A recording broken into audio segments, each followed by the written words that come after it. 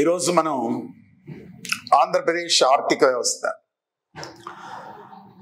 మన యొక్క మొత్తం సిలబస్లో 5 యూనిట్లు ఉన్నాయి. 3 యూనిట్లు వచ్చేసి ఇండియన్ ఎకానమీకి సంబంధించి ఉన్నాయి. 2 యూనిట్లు ఆంధ్రప్రదేశ్ ఆర్థిక వ్యవస్థకు సంబంధించి ఉన్నాయి. ఈ 2 యూనిట్లలో 4వ చాప్టర్, 4వ యూనిట్, 4వ అధ్యాయం ఇది వచ్చేసి ఆంధ్రప్రదేశ్ బడ్జెటరీ వనరులు. ఆంధ్రప్రదేశ్ బడ్జెటరీ వనరులు అనే అంశం పైన క్వశ్చన్ ఉంటుంది, అభివృద్ధి. ఈ దీంట్లో మనకు 2 పార్ట్స్ వస్తాయండి. ఈ చాప్టర్లో ఎలా వస్తాయంటే, ఆంధ్రప్రదేశ్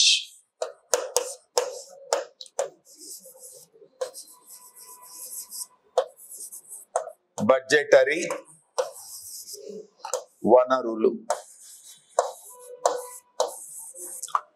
ఇది 4వ చాప్టర్ కింద 3 పార్ట్లు ఉంటాయి. ఒకటి పార్ట్ ఏ.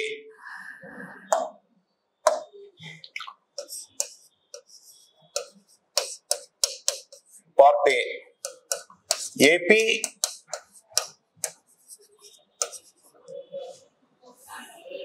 బడ్జెటరీ వనరులు.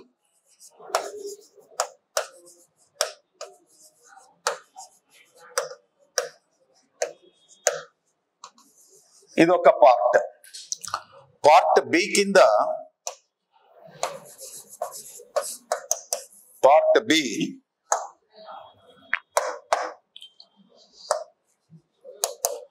ఆంధ్రప్రదేశ్ ఆర్థిక వ్యవస్థ. Andhra Pradesh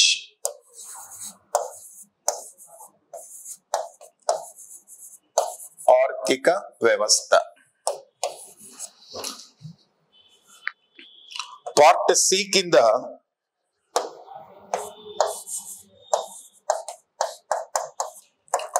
external aided projects.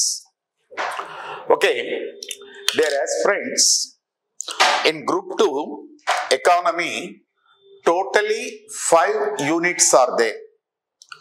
3 units related to the Indian economy, 3 units, whereas 2 units related to the Andhra Pradesh economy. So in it, the 4th topic is Andhra Pradesh budgetary resources and Andhra Pradesh economy. This can be divided as 3 parts: part A, part B, part C. Under part A, we have to be discussed Andhra Pradesh budgetary resources, not budgetary, budgetary resources. Under part B, Andhra Pradesh economy. Andhra Pradesh economy consists of GSDP, GSVA, NSDP, PCA. How to calculate it? How GSDP trends are there in Andhra Pradesh? All are discussed under this part B. Part C, external aided projects. External aided projects. As on today, Andhra Pradesh government borrowed money from the acceptance of the state government, with the acceptance of the state government, from external financial institutions like World Bank, Asian Development Bank, Japan International Cooperative Agencies, Kenbank, and so on. Okay, all these are discussed in this 4th chapter. 4వ chapter వచ్చేసి Andhra Pradesh budgetary వనరులు అని ఉంటుంది. అక్కడ ఏంటంటే, dear aspirants, మీరు బాగా గుర్తుపెట్టుకోండి, ఎకానమీ చదువుకునేటప్పుడు సిలబస్ పరిధి అనేది చాలా ఇంపార్టెంట్. ఆ సిలబస్ పరిధి ఆధారంగా ఏ అంశాలు వస్తున్నాయి, ఏమిటి అనేటువంటి విషయాల పట్ల స్పష్టమైనటువంటి అవగాహన కలిగి ఉండాలి. మీకు కరెక్ట్ గా 100 రోజుల వరకు టైం ఉన్నది. ఈ 100 రోజుల్లో మీరు పూర్తి కాన్సన్ట్రేషన్ చేస్తే హైయెస్ట్ మార్క్స్ స్కోర్ చేయడానికి పాసిబిలిటీ ఉంది. కానీ చదివేటప్పుడు తప్పనిసరిగా మీరు ఆ సిలబస్ పరిధిని గురించి మీరు చదువుకోవాలి, తెలుసుకోవాలి. ఆ సిలబస్ పరిధి ఏమిటి అనేది తెలుసుకోవాలి. మరి మొత్తం ఎకానమీలో గ్రూప్ 2 ఎకానమీలో 5 చాప్టర్లు ఉన్నాయి. 5 చాప్టర్లో 3 చాప్టర్లు ఇండియన్ ఎకానమీకి సంబంధించి, 2 చాప్టర్లు ఆంధ్రప్రదేశ్ ఆర్థిక వ్యవస్థకు సంబంధించింది. 4వ చాప్టర్ వచ్చేసి ఆంధ్రప్రదేశ్ బడ్జెటరీ వనరులకు సంబంధించి ఉంటుంది.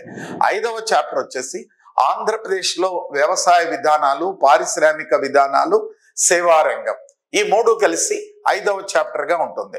మనం ఈ 2 చాప్టర్ని మనం డిస్కషన్ చేస్తాం డీటెయిల్డ్ గా. 4వ చాప్టర్ని 5వ చాప్టర్ని డిస్కషన్ చేద్దాం. 4వ చాప్టర్ని 3 పార్ట్లుగా డివైడ్ చేసుకోవాలా. 3 పార్ట్లుగా డివైడ్ చేసుకుంటే, ఒకటి పార్ట్ ఏ కింద ఆంధ్రప్రదేశ్ బడ్జెటరీ వనరులు వస్తాయి, పార్ట్ బి కింద ఆంధ్రప్రదేశ్ ఆర్థిక వ్యవస్థ వస్తుంది, పార్ట్ సి కింద ఎక్స్టర్నల్ ఎయిడెడ్ ప్రాజెక్ట్స్ వస్తాయి. పార్ట్ ఏ కింద ఆంధ్రప్రదేశ్ బడ్జెటరీ వనరులు ఏ ఏ పార్ట్స్ వస్తాయంటే, ఇక్కడ మీరు ఈ అంశాలు నేను రాస్తాను చూడండి, వీటిని చూసుకోండి. మీరు వీటిని చూడండి. Then AP government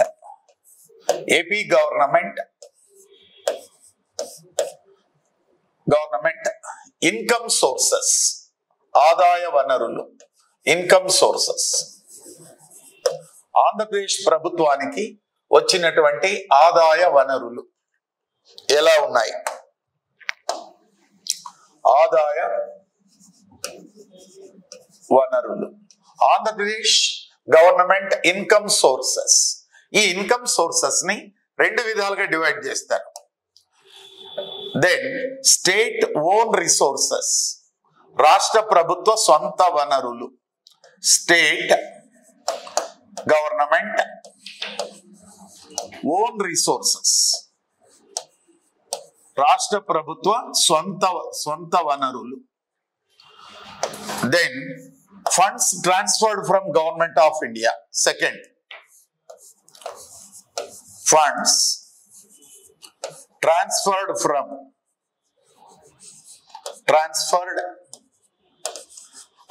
government of India, కేంద్ర ప్రభుత్వం నుంచి బదలాయింపబడే వనరులు.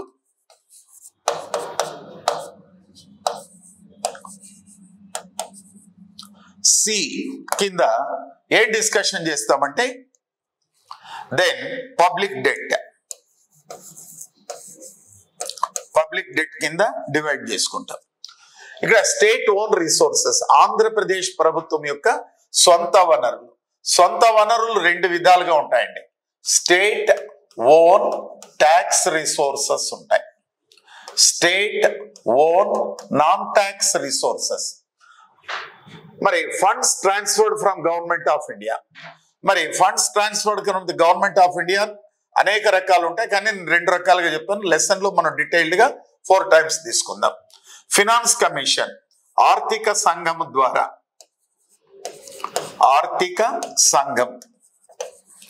ఆర్థిక సంఘం ద్వారా బదలాయింపబడే వనరులు ఉంటాయి. దెన్ గ్రాంట్ ఇన్ ఎయిడ్ కింద వస్తూ ఉంటాయి రాష్ట్రానికి. ఇవి ఏమిటి అనేటువంటి అంశాలు. మరి ఆ తర్వాత రుణాలు, ఇవి. సో ఈ విధంగా ఫండ్స్ ని సమీకరించుకుంటుంది. సో డియర్ ఆస్పిరెంట్స్, మీరు ఇక్కడ ఈ చాప్టర్ మీరు చదువుకోవాలంటే ఈ సిలబస్ అనేది ఫస్ట్ చాలా ఇంపార్టెంట్. ఈ అంశాన్ని మీరు పరిశీలించండి. ఆంధ్రప్రదేశ్ ప్రభుత్వాల యొక్క ఆదాయ వనరులు, ఆంధ్రప్రదేశ్ ప్రభుత్వానికి ఆదాయం ఎలా వస్తుంది అనేది చాలా ఇంపార్టెంట్. ఎందుకంటే నేను ఈ విషయం చెప్తున్నానంటే, ఇక్కడ అందరూ కూడా ఒకేసారి బడ్జెట్ ని దగ్గర పెట్టుకొని రెవెన్యూ రాబడులు, మూలధన రాబడులు ఇదని చదువుకుంటున్నారు. దీనివల్ల అర్థం కాదండి. మొదట మనం ఏం చదువుకోవాలా, ఆంధ్రప్రదేశ్ ప్రభుత్వానికి అవసరమైన ఆదాయాన్ని ఏ విధంగా సమీకరించుకుంటా ఉంది, how to Andhra Pradesh government mobilise resources to meet revenue account transactions అంటే క్యాపిటల్ అకౌంట్ ట్రాన్సాక్షన్స్. అదనేది తెలిస్తేనే నీకు బడ్జెట్ అర్థమవుతుంది. ఆ విధంగా కాకుండా ఎన్ని యూట్యూబ్లు, ఎల్ట్యూబ్లు, ఎన్ట్యూబ్లు ఏం చదివినా అర్థం కాదు, మైండ్ ఖరాబ్ అయిపోతుంది. ఏంట్రా ఈ ఎకానమీ అనిపిస్తుంది. ఒక్కొక్కరు 40 పేజీలు 50 పేజీలు దగ్గర పెట్టుకొని చదువుతున్నారు. ఏ ప్రయోజనం లేదు. జస్ట్ మొత్తం చాప్టర్ అంతా కూడా ఒక 10, 20, 15 పేజీల్లో వస్తుందండి. దెన్ ఇక్కడ చదవాల్సినటువంటి ఏంటంటే ఆంధ్రప్రదేశ్ ప్రభుత్వము తన ఆదాయ వనరులు ఎలా వస్తుంది, స్టేట్ గవర్నమెంట్ ఓన్ రిసోర్సెస్.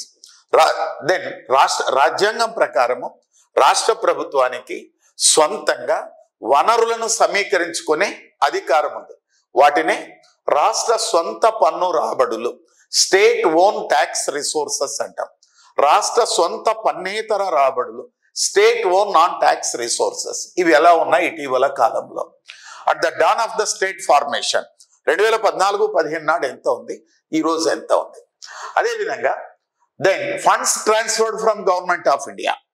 కేంద్ర ప్రభుత్వం నుంచి రాష్ట్ర ప్రభుత్వానికి నిధులు బదిలీ జరుగుతాయి. అవి ఏమిటి? ఆర్థిక సంఘపు సిఫార్సుల ద్వారా జరుగుతాయి. రాష్ట్రాలకు వాటా కలిగిన పన్ను రాబడిలో దెన్ రాష్ట్రాలకు వాటా ఉంటుంది. మరి ఆర్థిక సంఘం గ్రాంట్ ఇన్ ఎయిడ్ ద్వారా ఇస్తుంది. మరి అటు తర్వాత ఆర్థిక మంత్రిత్వపు శాఖ నుంచి డబ్బులు వస్తాయి. పబ్లిక్ డెట్ రుణాల ద్వారా సమీకరించుకుంటుంది. ఈ విధంగా సమీకరించుకున్న తరువాత నెక్స్ట్ అంశం చూడండి. ఆంధ్రప్రదేశ్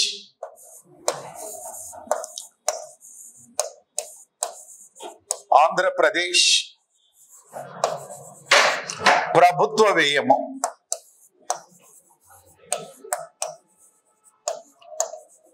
ఆంధ్రప్రదేశ్ గవర్నమెంట్ ఎక్స్పెండిచర్, ఆంధ్రప్రదేశ్ ప్రభుత్వ వ్యయము అని ఉంటుందండి. ఈ ఆంధ్రప్రదేశ్ ప్రభుత్వ వ్యయం ఏమిటి? వ్యయ వర్గీకరణ. రెవెన్యూ వ్యయం అంటే ఏమిటి? రెవెన్యూ వ్యయము, రెవెన్యూ ఎక్స్పెండిచర్. ఈ రెవెన్యూ ఎక్స్పెండిచర్ లో developmental expenditure, non developmental expenditure. అభివృద్ధి వ్యయము, అభివృద్ధి వ్యయము, అభివృద్ధి ఏతర వ్యయము.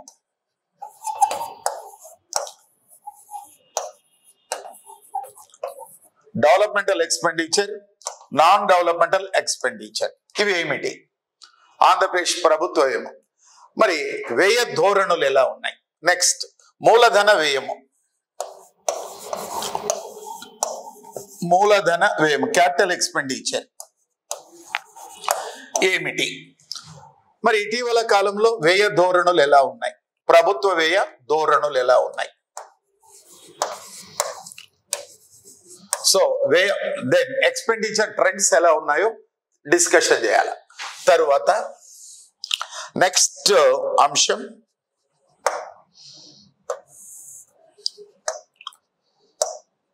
ఏపీ బడ్జెట్, ఏపీ బడ్జెట్ నిర్మాణము, ఏపీ బడ్జెట్ నిర్మాణము అనేది చదువుకోవాలి. ఎలా how the structure of AP budget నిర్మాణం. Next 2024-25 budget.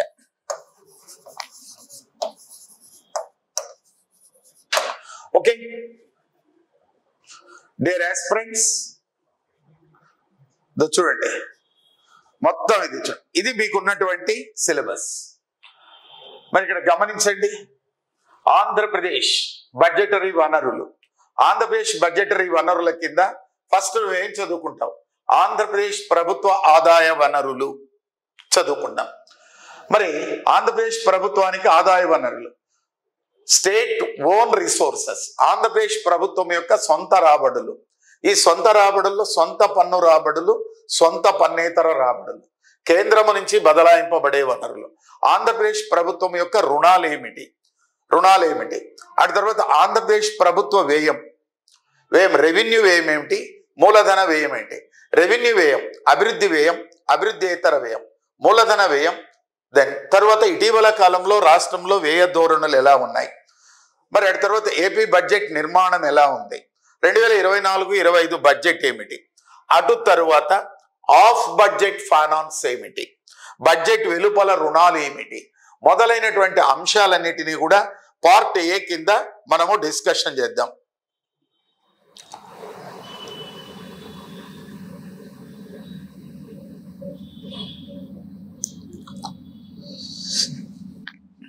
సో ఇక్కడ one person means MT Santosh Kumar posed a question. Sir,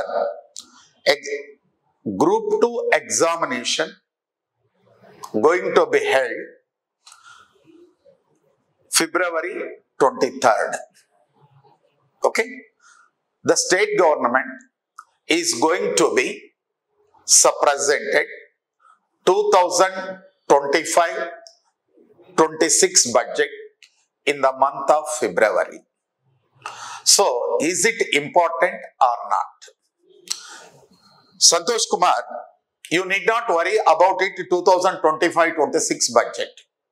Why? Because the examinations may be held in the month of February 23rd.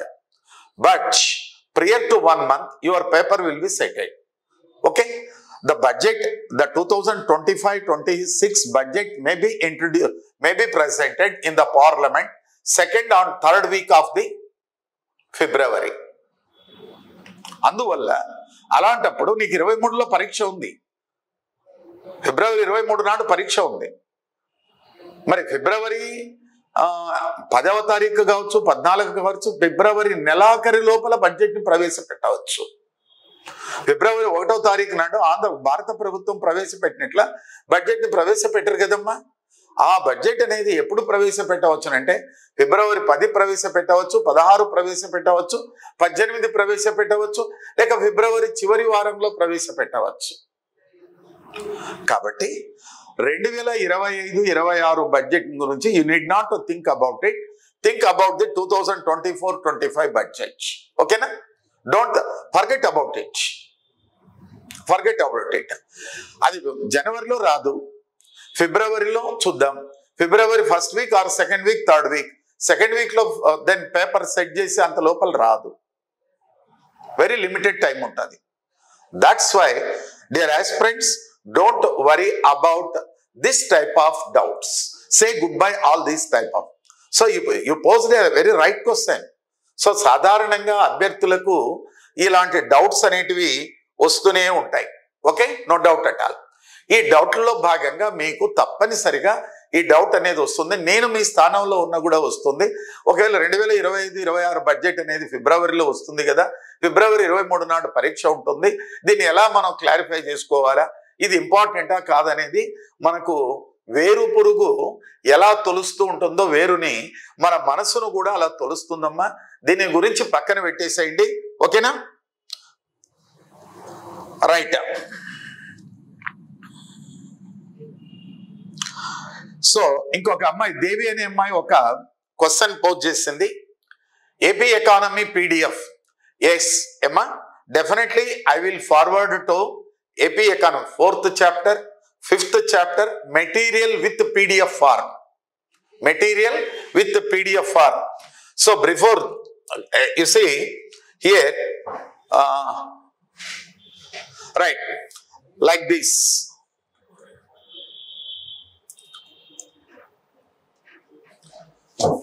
Okay, right. This is the information. Okay, right. You see, state government own resources.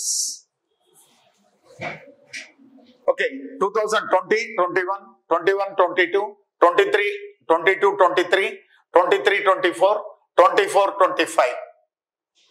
ఈ విధంగా మీకు then latest మరి 24, 25 గణాంకాలు కూడా మీకు ఇక్కడ ఇవ్వడం జరుగుతుంది.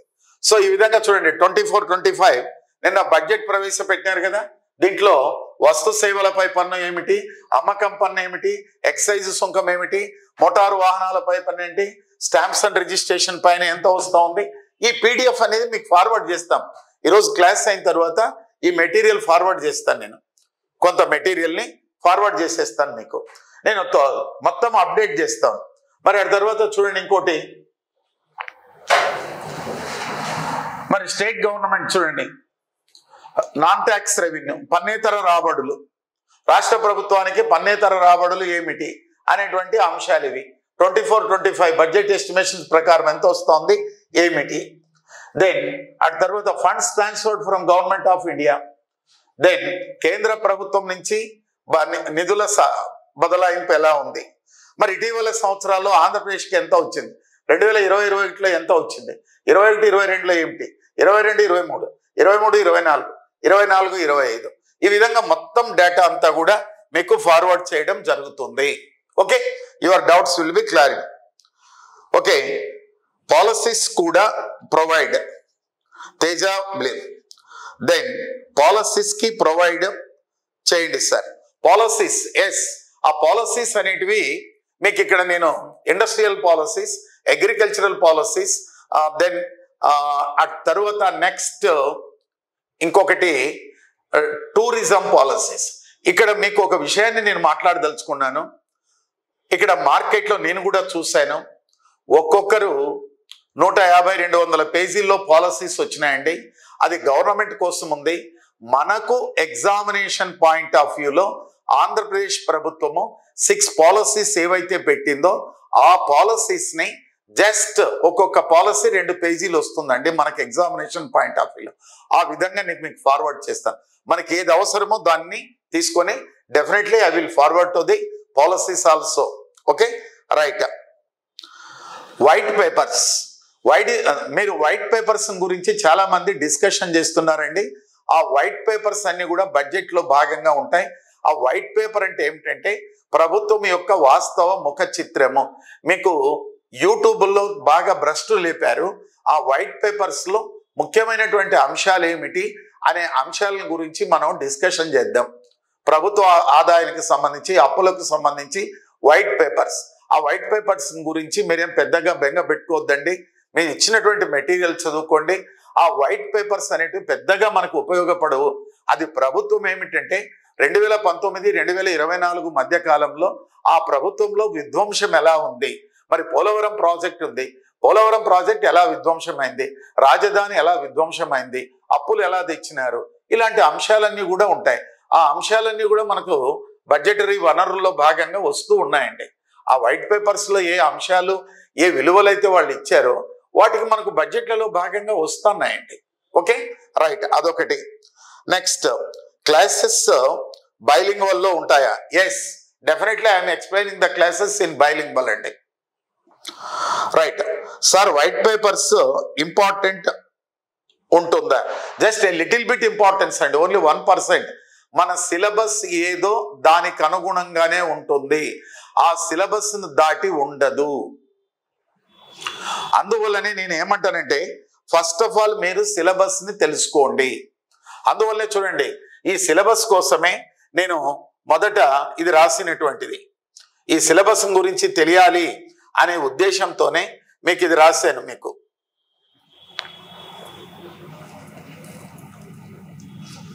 చూడండి, సిలబస్ అనేది చాలా important.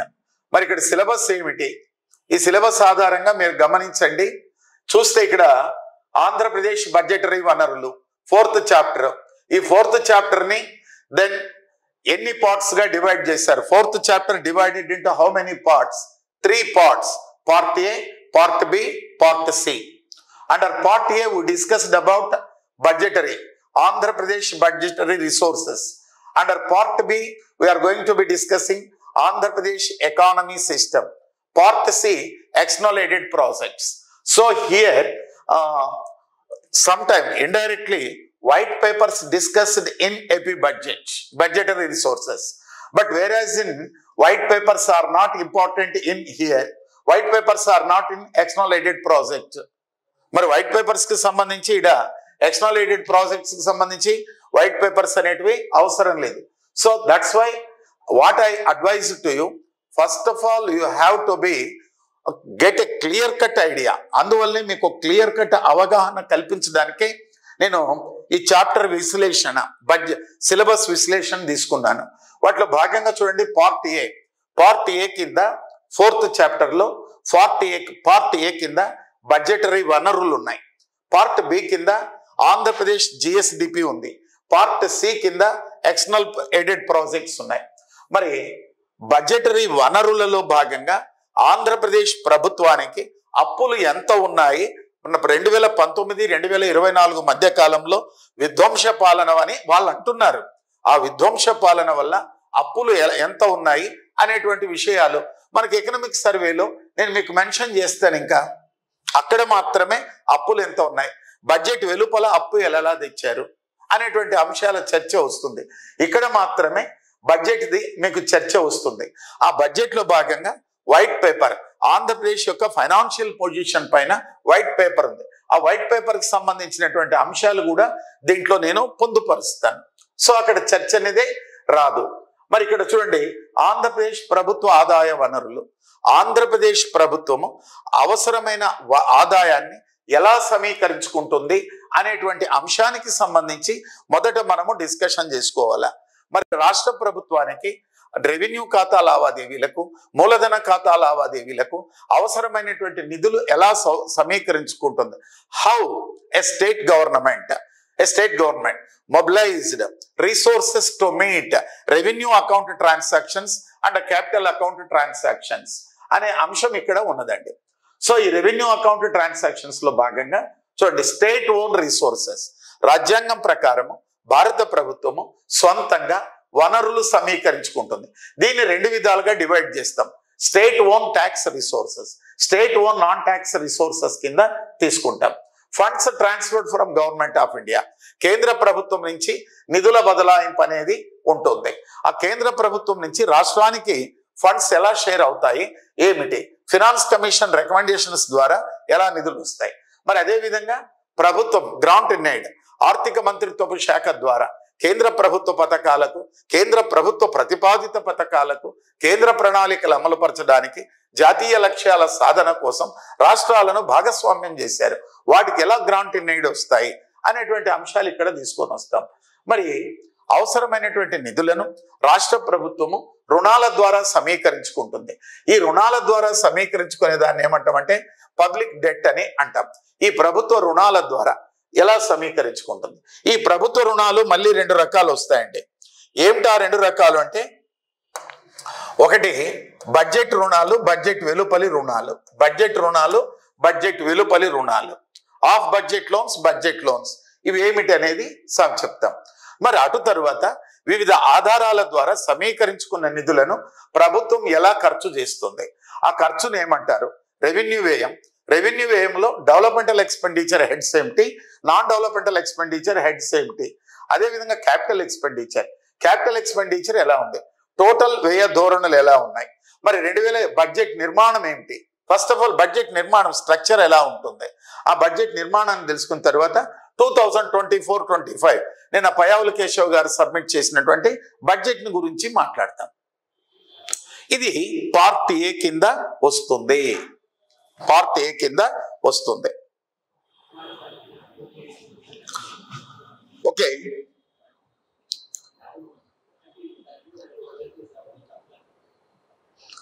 So Indian economy and AP ఎకానమీలో కామన్ టాపిక్స్. ఇండియన్ ఎకానమీ చదువుకుంటే ఏపీ ఎకానమీ ఉంటుందమ్మా, ఏపీ ఎకానమీ చదువుకుంటే ఇండియన్ ఎకానమీ బేసిక్స్ రావాలా. ఆల్రెడీ ఇండియన్ ఎకానమీ మన లైవ్ క్లాసెస్ ఉన్నాయి, నడుస్తున్నాయి. ఇంకొక 2 పాలసీస్ ఉన్నాయి. 2 పాలసీస్ అయిపోతే ఇండియన్ ఎకానమీ 3 చాప్టర్ సిలబస్ ఈ విధంగా లైవ్ అయిపోయి ఇచ్చింది. ఇప్పుడు మనం పారిశ్రామిక విధానాల్లో భాగంగా ఎంఎస్ఎంఈలు చెప్తూ ఉన్నాము. ఆ తర్వాత రేపటి ఎల్లుండి నుంచి కూడా వ్యవసాయ విధానాలు చెప్తాం. ఆ తర్వాత మానిటరీ పాలసీస్, ట్రేడ్ పాలసీస్, ఇంక 3 పాలసీలు చెప్తాం. ఇండియన్ ఎకానమీ బాగా క్లియర్ కట్ గా ఉంటే ఏపీ ఎకానమీ అనేది సులభంగా ఉంటుంది.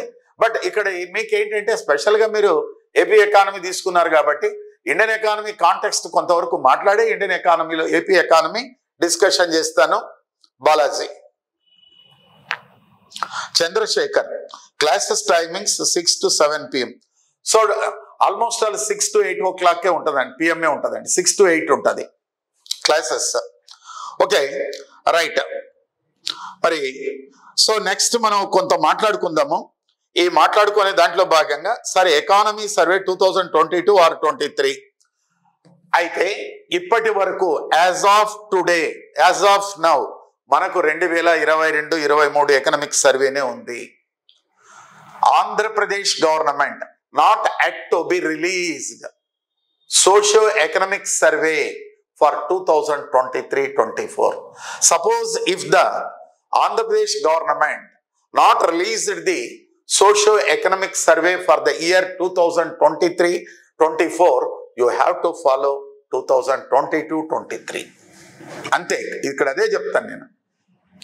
ఆంధ్రప్రదేశ్ ప్రభుత్వము ఇప్పటి వరకు బడ్జెట్ ని ప్రవేశపెట్టింది కానీ 2023-24కు సంబంధించి ఆర్థిక సర్వేని విడుదల చేయలేదు. ఆంధ్రప్రదేశ్ ప్రభుత్వం విడుదల చేయకపోతే మాత్రం మనకు, ఎందుకంటే రేపు బడ్జెట్లో భాగంగా విడుదల చేస్తాము 2025-26లో అని అనుకుంటే మాత్రం మనం ఏం చేయలేదు. ఈరోజు రేపు విడుదల చేస్తాము అంటున్నారు. డెఫినెట్గా వస్తుంది. దాంట్లో అన్ని అంశాలు నేను చెప్తాను. ఎకనామిక్ సర్వే మొత్తం A to Z చెప్తాను, ఇంటిగ్రేట్ చేస్తాను. ఏ దానికి అది ఇంటిగ్రేషన్ చేసుకుంటూ వస్తాను. ఇప్పుడు agriculture, forest, industrial policies, 6 policies, ఆ తర్వాత నెక్స్ట్ టూరిజం, సర్వీస్ సెక్టర్, మొత్తం అన్ని అంశాలన్నీ కూడా చర్చించుకుంటూ వస్తారు. ప్రతి అంశము మీకు ఇట్లా నోట్స్ లో భాగంగా ఇవ్వడం జరుగుతుంది. రైట్, ఇక్కడ మీరు గమనించండి అమ్మా, ఇది రైట్, ఇది ఫస్ట్ బడ్జెటరీ వనరులు. మరి బడ్జెటరీ వనరుల కింద ఏమిటి అనేది మనం డిస్కషన్ చేద్దాం. నెక్స్ట్ ఆంధ్రప్రదేశ్ ఆర్థిక వ్యవస్థ నిర్మాణం, ఇది ఉన్న చూడండి. పార్ట్ బి ఉంది చూడండి. ఈ పార్ట్ బి వచ్చేసి దీని కింద పార్ట్ బి ఆంధ్రప్రదేశ్ ఆర్థిక వ్యవస్థ నిర్మాణం. Part B unit 4 part B. దీని కింద APGSDP వస్తుందండి. ఆంధ్రప్రదేశ్ గ్రాస్ డొమెస్టిక్ ప్రోడక్ట్ వస్తుంది. ఆంధ్రప్రదేశ్ గ్రాస్ డొమెస్టిక్ ప్రోడక్ట్ ఏమిటి? ఇక్కడ ఏపీ ఎకానమీ నిర్మాణం, ఆంధ్రప్రదేశ్ ఆర్థిక వ్యవస్థ నిర్మాణం, ఆర్థిక వ్యవస్థ నిర్మాణం, structure of the AP economy అంటారు. ఆంధ్రప్రదేశ్ ఏపీ ఎకానమీ స్ట్రక్చర్ అంటాము.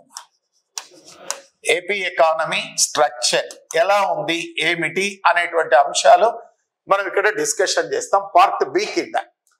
Then GSDP concepts, GSDP concepts, GSDP concepts అండి. మరి GSDP కాన్సెప్ట్స్ లో భాగంగా ఏం డిస్కషన్ చేస్తాం, ఇక్కడ అంశాలు వస్తాయి. GSDP at market price, GSDP at market price, GSVA, NSDP, per capita income. ఈ 4 ఫ్యాక్టర్స్ ఎలా క్యాలిక్యులేట్ చేస్తారో ఏమిటి. దెన్ GSDP క్యాలిక్యులేషన్స్, GSDP అంచనాలు ఎలా ఉన్నాయి అనే అంశాలు డిస్కషన్ చేద్దాం. అంచనాలు. మరి తర్వాత GSDPని అంచనా వేయడానికి స్టేట్ ఎకానమీని డెస్ ఎలా డివైడ్ చేసింది, తర్వాత ట్రెండ్స్, GSDP ట్రెండ్స్ ఎలా ఉన్నాయి, అనేటువంటి అంశాలని డిస్కషన్ చేద్దాం ఇక్కడ. ఇది పార్ట్ బి కింద వస్తుందమ్మా. పార్ట్ బి కింద ఇది వస్తుంది. సో చాప్టర్ 4 పార్ట్ బి కింద APGSDP మీరు క్లాసెస్ రెగ్యులర్ గా నేను చెప్తాను. ఈ ట్రెండ్స్ ఎలా ఉన్నాయి, క్యాలిక్యులేషన్స్ ఏమిటి, మొత్తం అంశాలను డిస్కషన్ చేస్తాం. తరువాత పార్ట్ సి కింద ఎక్స్టర్నల్ ఎయిడెడ్ ప్రాజెక్ట్స్. ఈ ఎక్స్టర్నల్ ఎయిడెడ్ ప్రాజెక్ట్ నుంచి ఫండ్స్ ఎలా వస్తాయి, లోన్ ఎలా వస్తుంది, గ్రాంట్ ఎలా వస్తుంది, మొదలైనటువంటి అంశాలు ఇటీవల కాలంలో ఏ వాటికి ఎలా ఇచ్చారు అనేటువంటి అంశాలన్నిటిని ఇక్కడ మనము డిస్కషన్ చేయటం జరుగుతుంది. ఇది మీకు 4వ చాప్టర్ కి సంబంధించినటువంటి సిలబస్ అండి. 4వ చాప్టర్ కి. మరి 5వ చాప్టర్ లో మనం ఏం డిస్కషన్ చేస్తాం, ఆంధ్రప్రదేశ్ వ్యవసాయ విధానాలు, ఆంధ్రప్రదేశ్ వ్యవసాయ విధానాలు very very lengthy chapter. Andhra Pradesh వ్యవసాయ విధానాలు వెరీ వెరీ లెంతీ చాప్టర్. మొత్తం పాలసీస్ అన్ని చెప్తాను. రీసెంట్గా అచ్చెన్నాయుడు గారు బడ్జెట్లో చదివినటువంటి అంశాలన్నీ కూడా మీకు మెటీరియల్లో వస్తాయండి. మరి సేంద్రియ వ్యవసాయం అంటే ఏమిటి, సుస్థిర వ్యవసాయం అంటే ఏమిటి, మరి పథకాలు ఏమిటి, దెన్ వ్యవసాయ అనుబంధపు రంగాలు ఏమిటి, మరి ఇలా ఎలా తీసుకొని వస్తామంటే ఆంధ్రప్రదేశ్ యొక్క వ్యవసాయ రంగం ఏమిటి, ఆంధ్రప్రదేశ్ వ్యవసాయ రంగంలో లక్ష్యాలు ఏమిటి, పాలసీస్ ఎలా తీసుకొని వస్తున్నారు, వాటిలో భూ సంస్కరణలు వెరీ వెరీ బ్రీఫ్గా జస్ట్ ఒక 2 hours 1 hourలో భూ సంస్కరణలు చెప్తాను. భూ సంస్కరణలు, నీటిపారుదల, సంస్థాగత పరపతి, సహకార రంగం, వ్యవసాయ మార్కెట్లు, కనీస మద్దతు ధరలు, రైతు భరోసా కేంద్రాలు, దెన్ సహకార సమృద్ధి, ట్యాక్స్ కంప్యూటరీకరణ, మరి అటు తర్వాత వ్యవసాయ మార్కెట్లు, పంటల విధానం, పంటల సరళి, మరి అటు తర్వాత ఇటీవల కాలంలో వివిధ పంటల ధోరణులు ఎలా ఉన్నాయి, మరి రాష్ట్ర ప్రభుత్వం వ్యవసాయానికి సంబంధించి ప్రకటించినటువంటి పథకాలు ఏమిటి, రీసెంట్ ప్రోగ్రామ్స్ ఏమిటి, దెన్ ఉద్యానవనాలు ఏమిటి, పశు సంవర్ధన ఏమిటి, మరి చేపల పెంపకం ఏమిటి, కోళ్ల పెంపకం ఏమిటి, గొర్రెల పెంపకం ఏమిటి, పాడి పరిశ్రమ ఏమిటి, ఫారెస్ట్ ఏమిటి, మొదలైనటువంటి అంశాలన్నిటినీ కూడా ఇక్కడ డిస్కషన్ చేసి 1 by 1 డిస్కషన్ ఉంటుంది. మరి ఇక్కడ కాన్సెప్ట్ ఉంటుంది. డియర్ ఆస్పిరెంట్స్, మీరు బాగా గుర్తుపెట్టుకోండి, కాన్సెప్ట్ అనేది చాలా ఇంపార్టెంట్. దానికి ప్రభుత్వపు విధానాలను ఇంటిగ్రేషన్ చేసుకోవాలా. టేక్ ఫర్ ఎగ్జాంపుల్, ఈరోజు మార్కెటింగ్ వ్యవస్థ ఉంది. ఈ మార్కెటింగ్ వ్యవస్థలో రాష్ట్రంలో మార్కెట్లు ఎలా ఉన్నాయి, ఆంధ్రప్రదేశ్లో వ్యవసాయ మార్కెట్లు ఎలా ఉన్నాయి, ప్రైవేట్ మార్కెట్, సాంప్రదాయ మార్కెట్లు ఏమిటి, రాష్ట్ర ప్రభుత్వం నిర్మించినటువంటి మార్కెట్లు ఏమిటి, సహకార రంగంలో మార్కెట్లు ఏమిటి, మరి ఇటీవల కాలంలో రైతు భరోసా కేంద్రాలు ఉన్నాయి. ఆ రైతు భరోసా కేంద్రాలు దేనికి అనుసంధానం చేశారు, మరి సీఎం యాప్ యొక్క ప్రధాన ఉద్దేశం ఏమిటి, ఇలాంటి అంశాలు ఉంటాయి. మరి ఇవన్నీ బేసిక్స్ ఉండాలి. ఈ బేసిక్స్ ని ప్రస్తుత ప్రభుత్వం ఏ విధంగా తీసుకొని వచ్చింది. నీటిపారుదల రంగాన్ని 2 విధాలుగా చదువుకోవాలి. నీటిపారుదల రంగం సాధారణంగా ఎలా చదువుకుంటారంటే, నీటిపారుదల రంగం చెప్పడానికి 2 అంశాలు ఉన్నాయి. జాగ్రఫీ ఓరియంటేషన్ ఉంది, ఎకానమీ ఓరియంటేషన్ ఉంది. జాగ్రఫీ ఓరియంటేషన్ కింద నీటిపారుదలని గురించి చదువుకునేటప్పుడు రాష్ట్రంలో ఉన్నటువంటి నదులు ఏమిటి, రాష్ట్రంలో ఎన్ని నదులు ఉన్నాయి, ఏ నది రాష్ట్రంలో ఏ ప్రాంతంలో ప్రవేశిస్తూ ఉంది, ఆ నది పొడవు ఎంత, ఆ నది పైన ఎలాంటి ఆనకట్టలు కట్టినారు, ఆ ఆనకట్టల హైట్ ఎంత, మరి సాగు విస్తీర్ణం ఎంత, ఇవన్నీ కూడా location, geography orientation. Economy master ఏం చెప్తాడు, నీటిపారుదలకు సంబంధించి ఆంధ్రప్రదేశ్ ప్రభుత్వము ఎలాంటి నీటిపారుదల విధానాలను ప్రకటించింది, what measures taken by the government of Telangana Andhra Pradesh to increase irrigation. మరి ఈ నేపథ్యంలో రాష్ట్రంలో కేంద్ర ప్రభుత్వం, రాష్ట్ర ప్రభుత్వం కలిసి భారీ నీటిపారుదల ప్రాజెక్టులు, మధ్య తరహా నీటిపారుదల ప్రాజెక్టులు, చిన్న నీటిపారుదల ప్రాజెక్టుల నిర్మాణం ఎలా చేశారు, వాటి డెఫినేషన్స్ ఏమిటి. మరి 1951 నుంచి 1991 మధ్య కాలంలో what measures taken by the Andhra Pradesh government to increase irrigation. 1991 నుంచి 2014 వరకు ఏమిటి. 2014లో విభజింపబడిన ఆంధ్రప్రదేశ్ ప్రభుత్వము ఇరిగేషన్ పాలసీ, నీటిపారుదల విధానం, దాన్ని జల విధానము అని అంటాం, ఆ జల విధానాన్ని ప్రకటించింది. ఆ జల విధానం కింద దెన్ ఏ ప్రాజెక్టులు, ఇక్కడ మీరు గుర్తుపెట్టుకోవాల్సిందే, రాజశేఖర రెడ్డి గారు ముఖ్యమంత్రిగా ఉన్నప్పుడు జలయజ్ఞము అనే కార్యక్రమాన్ని ప్రారంభించినాడు. ఆ జలయజ్ఞం కింద సీమాంధ్ర ప్రాంతంలో 54 ప్రాజెక్టుల నిర్మాణానికి చర్యలు తీసుకున్నాడు, పునాది రాళ్ళు వేశారు. ఈ 54 ప్రాజెక్టులు ఒకేసారి నిర్మించడానికి వీలు కాదు. అందువల్ల ఆంధ్రప్రదేశ్ ప్రభుత్వం ఏర్పడిన తరువాత, కొత్త రాష్ట్రం ఏర్పడిన తరువాత ఈ 54 ప్రాజెక్టులు నిర్మిద్దాం, కానీ ఇక్కడ ఒక విధానం అనేది తీసుకొని వస్తారు. ఏమిటి ఆ విధానం, దెన్ ప్రియారిటైజేషన్ భాగంగా తీసుకొని వద్దాం అని first phase, second phase, third phase తీసుకొని వచ్చారు. ఓకే, అదే విధంగా ఉమ్మడి పాలనలో రెండు రాష్ట్రాల మధ్య నదుల నీటి పంపకాలు ఉన్నాయి. ఈ నీటి పంపకాలకు సంబంధించి ఆంధ్రప్రదేశ్కి తెలంగాణకి కృష్ణానదిలో ఉన్నటువంటి 811 టీఎంసీల్లో ఆంధ్రప్రదేశ్కి ఎన్ని నికర ఆధారపడ్డ జలాలు వస్తాయి? 64%, 66% వస్తాయి. తెలంగాణకి ఎలా పోతాయి? ఏ ప్రాతిపదికన పోతాయి? గోదావరి రివర్ ప్రాజెక్ట్ ఏమిటి, దెన్ కృష్ణా రివర్ ప్రాజెక్ట్ ఏమిటి, మొదలైనటువంటి విషయాలు. అదేవిధంగా మైనర్ ఇరిగేషనల్ ప్రాజెక్టులు, ఈ మైనర్ ఇరిగేషన్ చిన్న నీటి పారుదలకు సంబంధించి ఎలాంటి కార్యక్రమాలు చేపట్టింది? ఈ చిన్న నీటి పారుదల ప్రాజెక్టులను పూర్తిగా వినియోగించుకునడానికి ఎక్స్టర్నల్ ఎయిడెడ్ ప్రాజెక్ట్ కింద కొన్ని నీటిపారుదల ప్రాజెక్టులను టేకప్ చేసింది. వరల్డ్ బ్యాంక్తో కానీ జపాన్ ఇంటర్నేషనల్ కోఆపరేటివ్ ఏజెన్సీతో రుణాలు తీసుకొని వచ్చేసి 2025-26 కొన్ని కంప్లీట్ అవుతాయి, 2026-27 కొన్ని కంప్లీట్ అవుతాయి, 2027-28 కొన్ని కంప్లీట్ అవుతాయి. ఈ ఎక్స్టర్నల్ ఎయిడెడ్ ప్రాజెక్ట్ కింద ఈ చెరువుల మరమ్మతులు ఏమిటంటారు? త్రిబుల్ ఆర్ అంటే రిపేర్, రినావేషన్, రీజనరేషన్.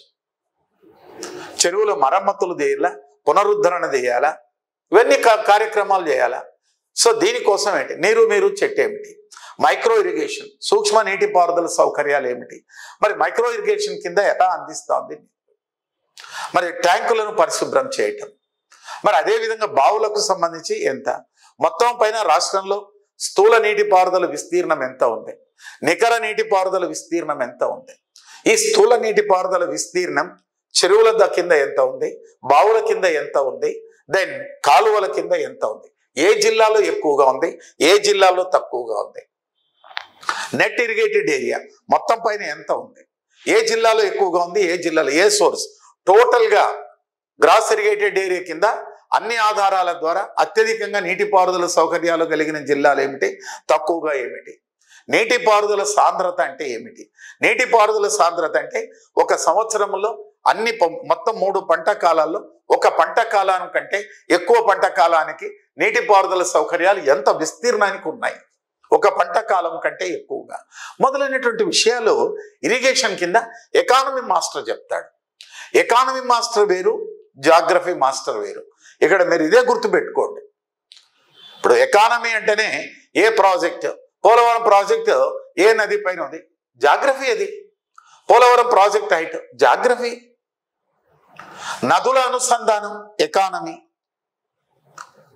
మరి నిన్ననే ఈ రోజునే ఆంధ్రప్రదేశ్ ముఖ్యమంత్రి అసెంబ్లీలో మాట్లాడినాడు. బడ్జెట్ స్పీచ్ లో భాగంగా ఏం మాట్లాడినాడు?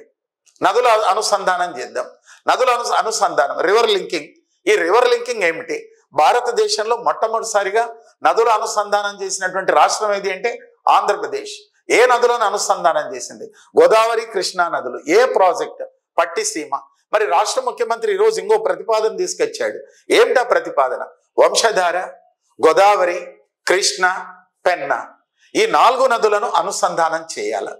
ఈ 4 నదులను అనుసంధానం చేస్తే మొత్తం రాష్ట్ర వ్యాప్తంగా ప్రతి ఎకరమునకు నీటిపారుదల సౌకర్యాలు ఇవ్వచ్చు.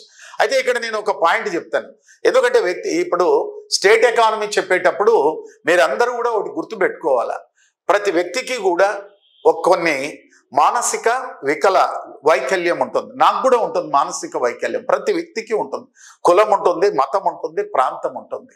మరి స్టేట్ ఎకానమీని గురించి చర్చించేటప్పుడు ఆ మానసిక వైకల్యాలు లేక ఆ చొక్కాలు మనకు అవసరం లేదు.